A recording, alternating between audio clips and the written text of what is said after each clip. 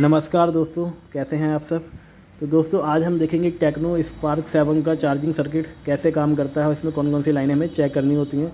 तो इसमें हमें 6 लाइनें चेक करनी होती हैं। सबसे पहले हमें हमारी बीबस की लाइन चेक करनी होती है जो 5 वोल्ट की होती है। उसके बाद हमें बीवेट की लाइन चेक करनी होती है। फिर हमारा डीएम और डीपी, उसके बाद बैटॉन की लाइन जो थर्मल की लाइन होती है, और उसके बाद हमारी ऑक्सिलरी की लाइन जो हमारी बैटरी आईडी की लाइन होती है। तो चलिए अब हम देखते हैं हमारा बीबस कहाँ पे इन होता है। तो जब हम चार्जिंग इंसर्ट करते हैं तो हमारा जो बीबस है वो हमारा B2B कनेक्टर के इस पॉइंट पे मिलता है। ये एक टेस्ट पॉइंट दिया गया है। उसके बाद देखते हैं कि ये लाइन आगे कहाँ जाती है। आगे ये लाइन 2 छोटी छोटी आईसियाँ लगी होती हैं जो प्रोटेक्शन के लिए लगाई गई होती हैं।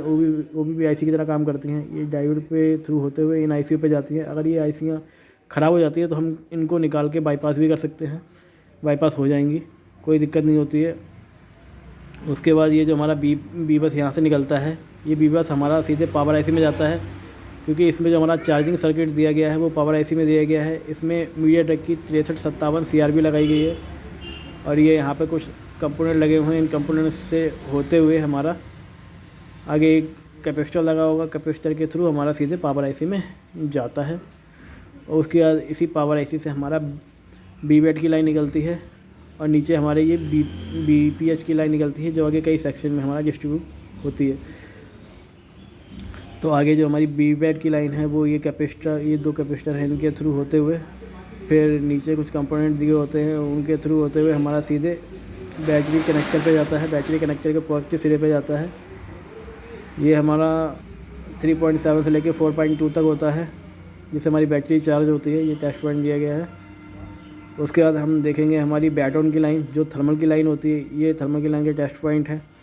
और ये हमारा यहाँ पे एक डिवाइडर सर्किट बनाया गया है जिसमें 100 किलो ओम का रजिस्टर ग्राउंड किया गया है और एक 100 किलो ओम का रजिस्टर हमारा सीरीज में लगाया गया है। उसके बाद ये लाइन यहाँ से सीधे पावर आईसी में जाती है।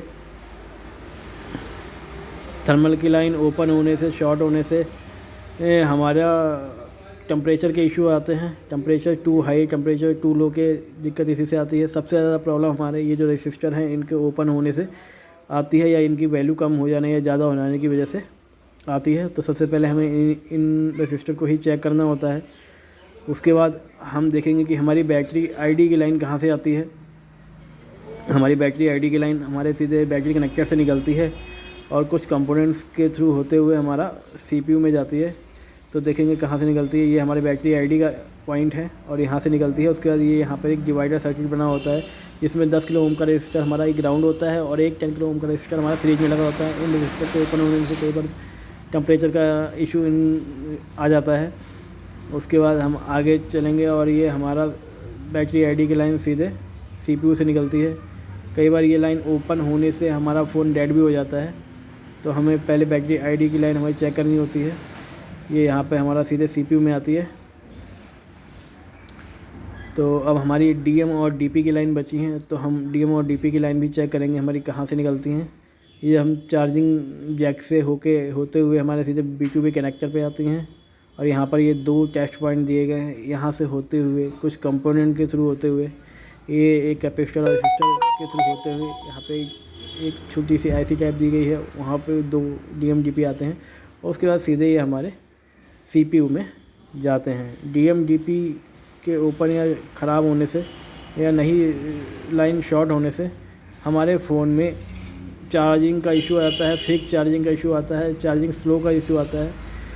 तो दोस्तों आई होप आपको ये सर्किट समझ में आया होगा। अगर समझ में आया है तो चैनल को लाइक करें, सब्सक्राइब करें। और अगर आपको किसी भी हार्डवेयर सोल्यूशन या वेट मैप या स्कीमेटिक की ज़रूरत है तो हमें कमेंट करें, हम उसका वीडियो बना के ज़रूर डालेंगे। धन्यवाद दोस्तों।